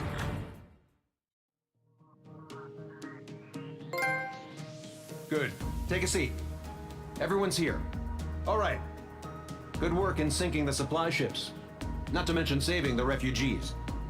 However, we're in no position to start celebrating. Even the commander here is starting to fray from the stress. Can't say I blame him. Now, Tyler Island is in a state of complete anarchy. This base isn't safe either. The faces you see around you are the only friends we've got. Take a good look. We found a boat, then sailed away from the island. We had to. We didn't belong there. The new guy's name was George. I noticed when the anarchist said his name, he said it with a thick Belkan accent. How did you know that he was from Belka? Well, both my parents were from Belka, so... You never told me that. They say that Belkans are known for their conspiracies. That's just a stereotype. Now, I simply stated my honest opinion and was thrown in jail for it.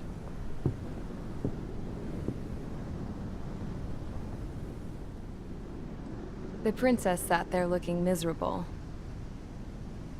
That was a dumbass stunt she pulled back there, but it got us on this boat.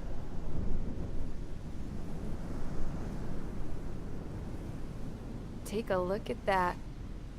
This ship is heading for a single rope that's hanging down from the sky. Do you know how far the end of that rope reaches?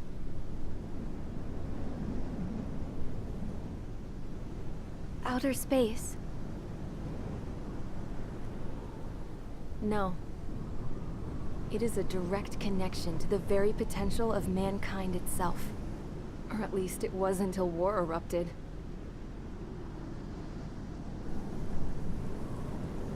It's my strong belief that the rope might be connected to a very distant, faraway source of great conflict and strife. Even long before the war, the whole world started falling apart once Harling began trying to build it.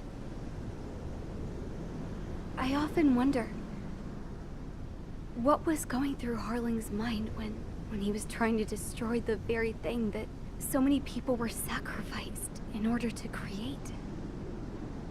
Sacrificed? What do you mean? Have you seen all of those countless old space shuttles on Tyler Island that are no longer in use? Yeah. I always thought of them as a good source of scrap. They're an obsolete technology that was abandoned during the construction of the space elevator.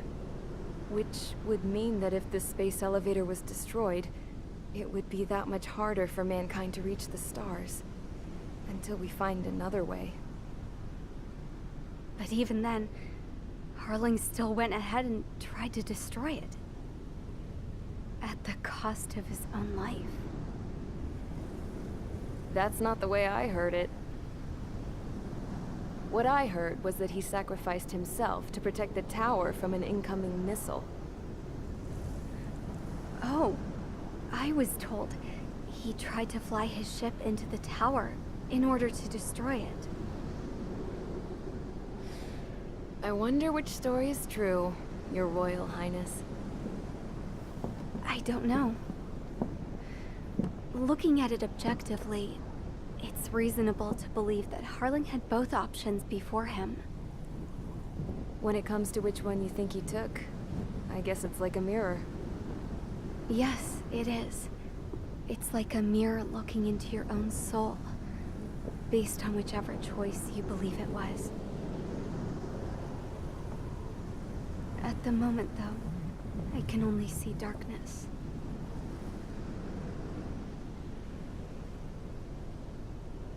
I think that thing should be destroyed.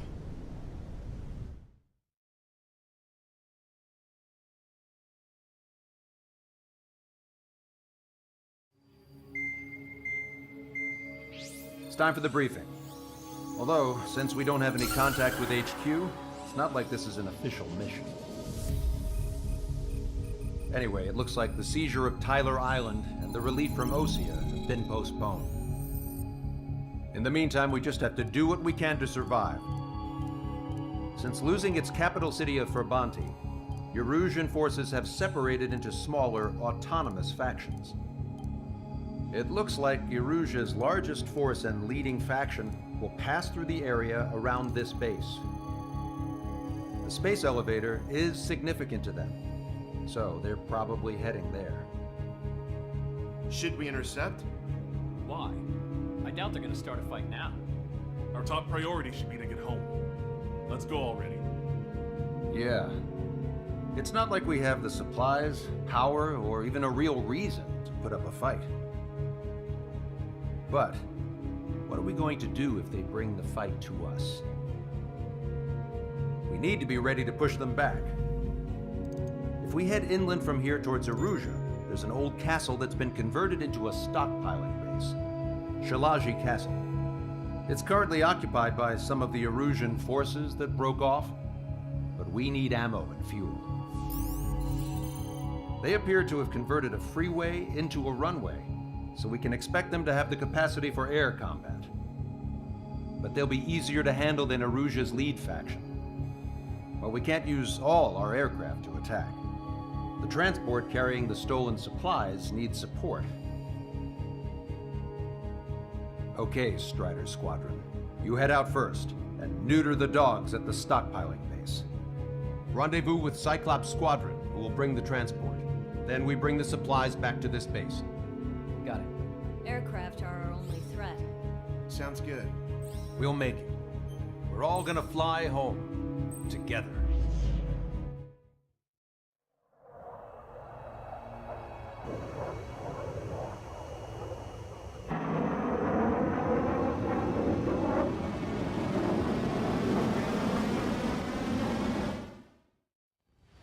These movements. I knew it. It's a hit. The unidentified aircraft is going down. You got him. Trigger has splashed a bandit.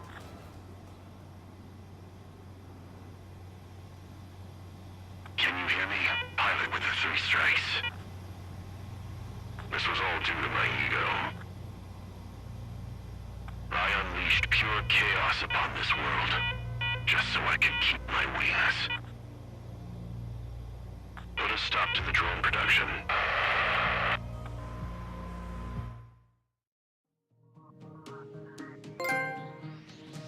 The resupply went well. We should be okay on food and fuel reserves for a little while at least. Luckily, the rumor that the Erusian army is advancing nearby is only a rumor. There's no sign of them from the skies. Rumors, rumors, rumors. This is what happens when you lose communications. But we got one good fact. The plane Trigger shot down was an advanced model of the XO-2 Wyvern. It was developed in the last Continental War. Erusia had a lot up their sleeves. Apparently, they were even supposed to have Belkin aircraft back in the First War. What if Trigger couldn't shoot it down? Just thinking about it gives me chills. We're lucky to be here.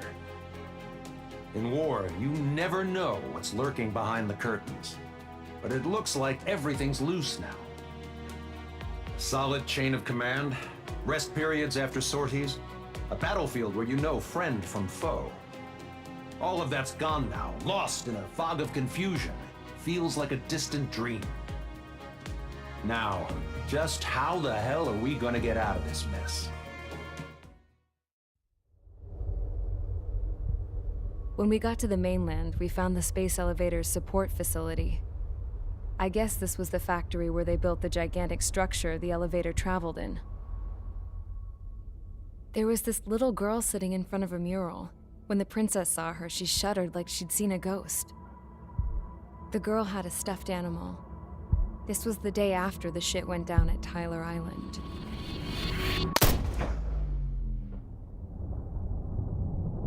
She walked right up to the princess, took her hand, and led her into the factory.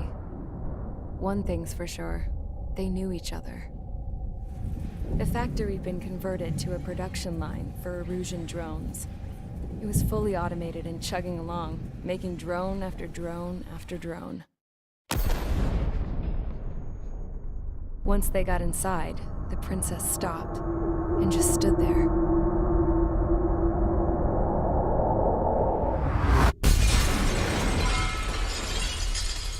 Another girl was there with a man in a lab coat.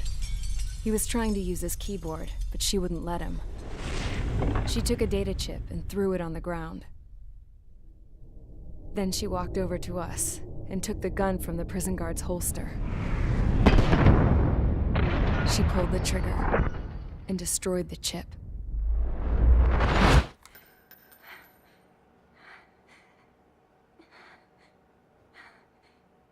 Later, I found out that the girl with the gun and the one with the stuffed animal were sisters. They were also the granddaughters of Mihai A. Shalaji, the legendary pilot. Gramps used to talk about him. He said Mihai was the top ace from 2 wars ago. Know any Belkans? Because this guy was a Belkan, and they love to stir shit up. Pitting nations against other nations is a particular favorite of theirs, along with developing hyper-advanced technology. That's right. I'm Belkan, born and raised. My country is gone now. Rather than surrender to its enemy, Belka detonated 7 nuclear weapons on its own soil. My people scattered around the globe, living in the shadows of other countries. We had a new purpose: to breed wars. The theory was that through war, we could achieve our destiny and our revenge. I had just finished inputting Mihai's data when his granddaughter came in. She destroyed the only copy I had of the information I squeezed out of him. The girl loved Mihai. No one knew more than her just how hard I pushed her grandfather for that data, how much I made him sacrifice in the process. I promised his granddaughters that his efforts were not in vain, that it could end this terrible war. But in the end, it only caused more chaos and despair. We were responsible for all this damage, all this tragedy. Now, we were going to pay for it. The Erusians, once our allies, would see to that. I had lost the drive to continue my work, even before I noticed Mihai's granddaughters eyeing me with suspicion that one day. I should have stopped then, for all our sakes. Mihai's granddaughter tossed the gun aside. She said if she resorted to killing, she'd just end up like the rest of us. And by us, she meant everyone, including the princess. Like me, the princess was afraid to look into the girl's eyes. She knew that by encouraging her people, she kept the war going. Mihai and his granddaughter were victims of it, and now, they too were paying the price. Is this for Belka? Or for Erusia? My grandfather had only one wish: to continue soaring through the endless skies. That was the only place where he felt alive. But I don't even have a country to call home, let alone the sky. The Black Forest, the lake, they are no longer mine. Even though those lands were once cherished by my late mother. We have to learn to put that sense of nostalgia behind us and behave like mature adults.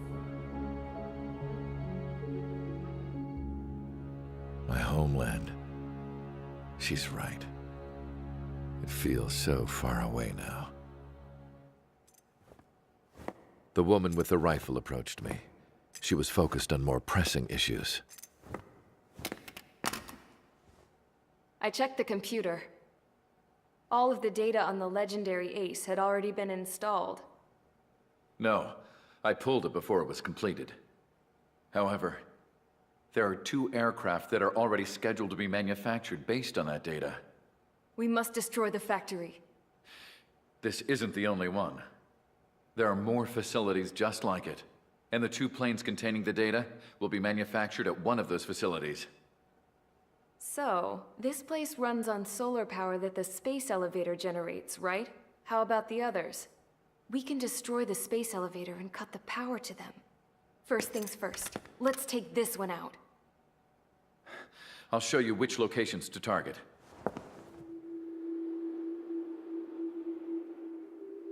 I stood there, thinking about that mural by the factory's entrance. Harling commissioned it to be painted. I realized that in the background, behind the dancing figures, the artist had painted several space elevators. I understand now. The space elevator wasn't designed to exploit Erusia after all.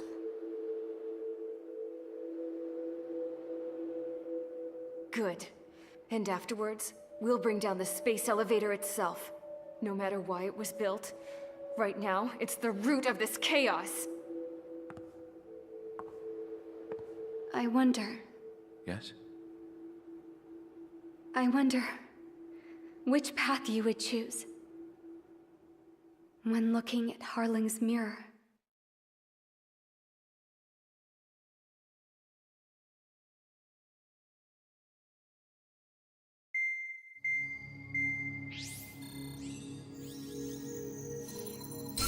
Let's get the briefing started. We've done enough air operations. Just let us go home. There's no path for us to get home. Whatever direction you fly, it'll be right into a hail of enemy fire. Earlier, we received a communication via the partially restored general network. Here is what it contained. Apparently, the Erusian radicals have gathered around the space elevator, as it's a source of energy. Give the warmongers a powerful energy source, and you give them the luxury to keep on fighting. In response to this, people from both Osea and Erusia have joined forces, and will take down the final Arsenal bird in a saturation attack from the air and the sea. Once that's achieved, they'll take the space elevator from the aggressors. Has the source been verified? It could be fake. I hear you. Take a look at what's written at the end. Hey, dumbass. If you want to bring the world back from the brink, go to the lighthouse. You can see the future. Dumbass? Sounds familiar. It certainly does. It's from those guys we met in Tyler Island, the 444 squad. It's a message to all those looking to end the war. But I also think it's a message for trickery. Guess we'll do what it says. Okay. Well then, I'm thinking we go roast that damn bird. Looks like we're all on the same page. It's time to end this war. Time to fly, guys. Let's go get that Arsenal bird. I need help! Don't let him dab his balls! Show them what the Erusian, no, what fighter pilots are made of. Thanks. I owe you. No sweat. Get into formation. We have the numbers. Incoming! 5, 4, everybody, give this attack everything you've got. Open fire!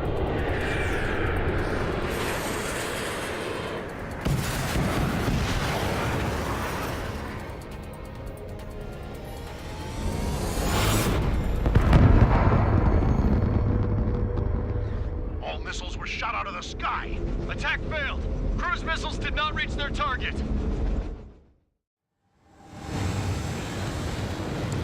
Arsenal bird is losing altitude rapidly. Arsenal bird is down! Longcaster, can you estimate the point of impact? Don't worry, looks like it'll be open water. All aircraft, avoid the target's path. That's the last of the rogues. Even in death, that thing is intimidating.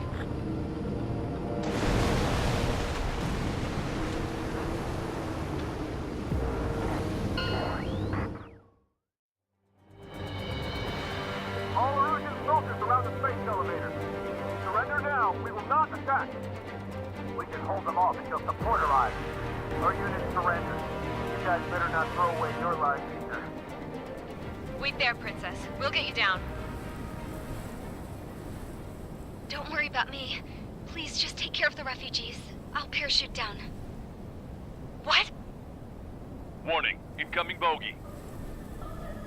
Are those the drones we saw at that factory? I'm coming down. I'll see you on the ground. No, wait!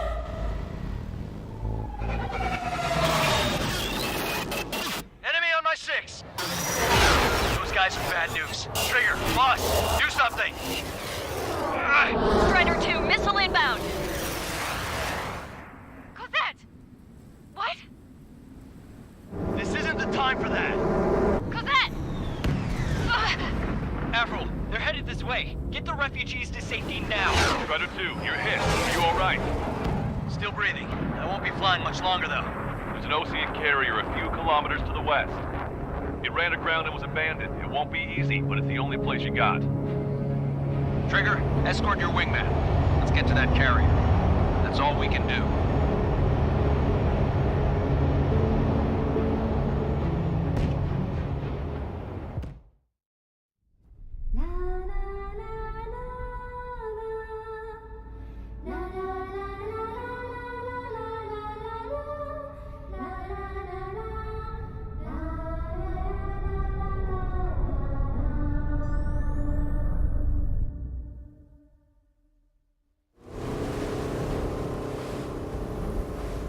Hell, I can't just snap my fingers and make a plane. Believe me, I wish I could. Right now, we needed one. Bad. When we were coming over on the boat, I remember seeing an aircraft carrier. That gave me an idea. The Admiral Anderson. The name of an old sailor. When the first drone started attacking, the ship wasn't ready for battle yet. It was still in the dock, getting all rigged up. So they rushed to get her ready. I know about Anderson. In the previous Ocean War, he was the commander of a ship that sent out the last fleet of jets. They say the deck was sloping so bad as it sank, the last plane barely made it off. Those fighters ended the war. That story gives me a little bit of hope, especially at a time like this. We're all in the same boat, like it or not. If this war keeps going on like it is, it'll be the end of everything. The military loaded this thing to the rafters with planes. Some were fighters that were going to be delivered to bases in occupied territory. It was hit before it could complete the mission. Jackpot. The hangars were loaded with goodies. This scrap queen's got work to do.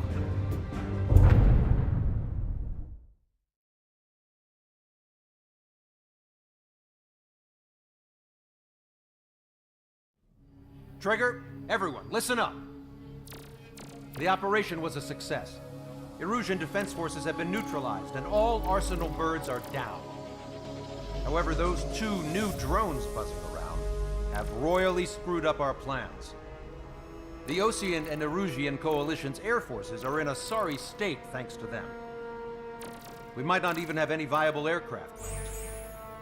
According to the Scrap Queen, the drones are trying to use the space elevator's transmission capabilities to send their data to drone manufacturing plants across the continent. They're trying to strengthen their numbers. What's worse, their data contains a depth of war experience, so the newer aircraft will be more tactically advanced. If that's the case, this war will never end. We need to take both drones down no matter what it takes. We'll do it so we have homes to go back to. Well, the Scrap Queen's on our side. She says she can make any aircraft fly. This is our final mission. Trigger, let's go. We've got a goddamn war to end.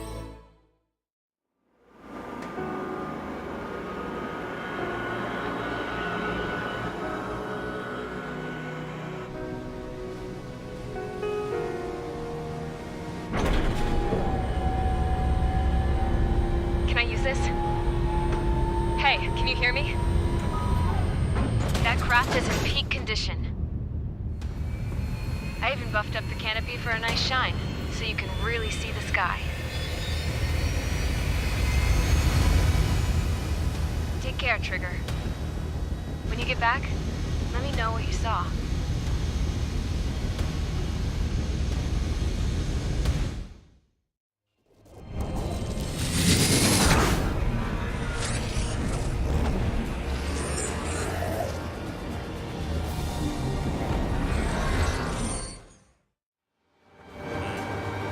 Hold on a sec.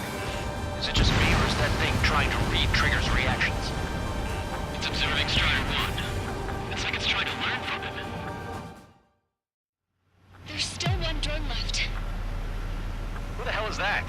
More importantly, I thought Trigger destroyed all the drones. It's thrown away its wings, yet it's still flying. Can anyone hear me? That aircraft needs to be taken care of. She's right. I see something on the radar. The UAV is alive and kicking.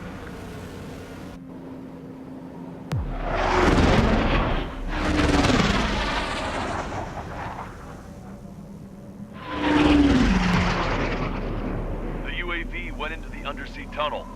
That tunnel leads to the space elevator.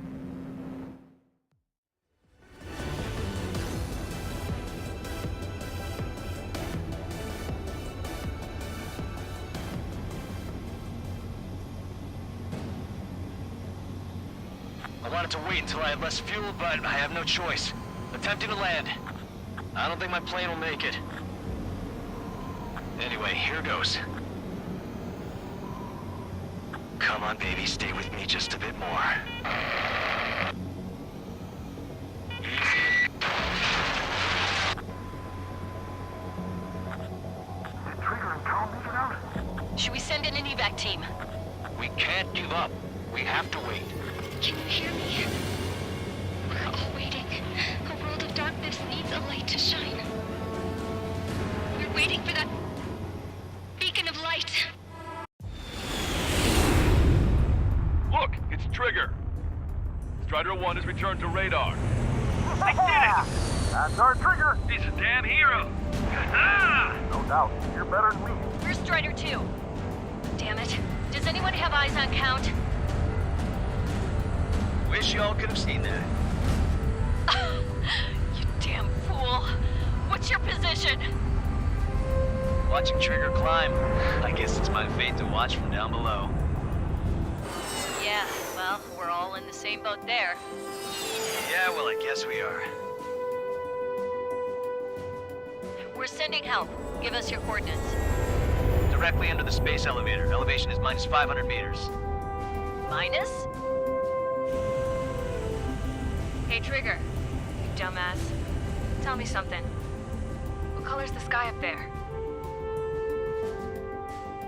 We're on our way back from our 7-year mission to the asteroid belt. I can't tell you how proud I am to be the first to land at Wait, this what was that spaceport. transmission? This is Captain Kei Nagase of the spaceship Pilgrim 1. The ocean of stars in our galaxy is finally within our reach. To the pilot who generously gave this spaceship a place to dock, we are forever grateful. The universe lies ahead of us, waiting to be discovered. And now, at last, we have a gateway to ascend to it, over and over again. It's all coming together for me. Today was the day, the moment of her return. I salute the pilot who gave us all a future.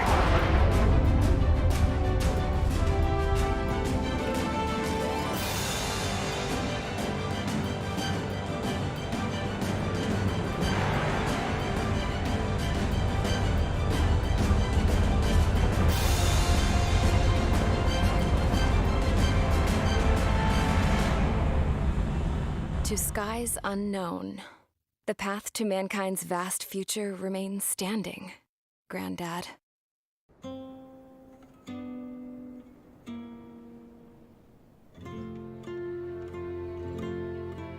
The refugees built a settlement for themselves at the base of the space elevator. A humanitarian mission from Yuktovania airdropped some supplies for them again today. Thanks to the princess, the whole world was pitching in to help these people. Handing out the relief supplies would have been a perfect gig for that anarchist dude. But since he's dead now, the job went to the guy from Belka, George. I guess Tabloid got that new system he wanted in the end.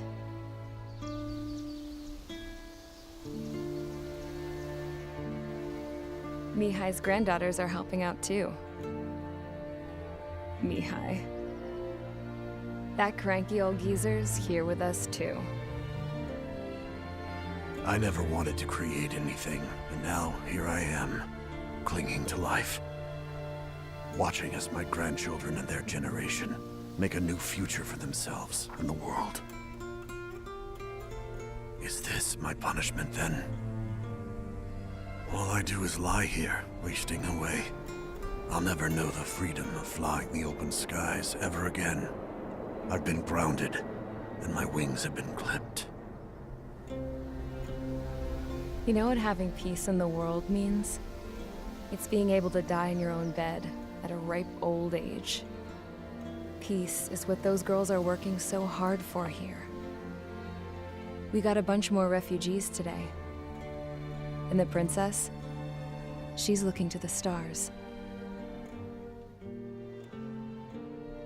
Dark blue, to the heavens and beyond.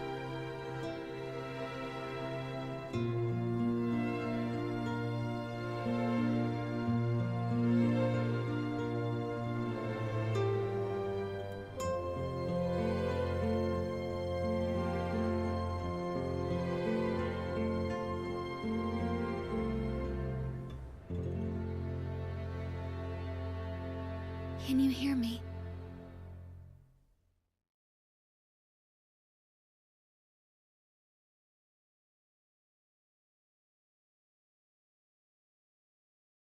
Tu te souviens de nos fleurs préférées qui chantaient tout près de nous, du jour de ta déclaration d'amour.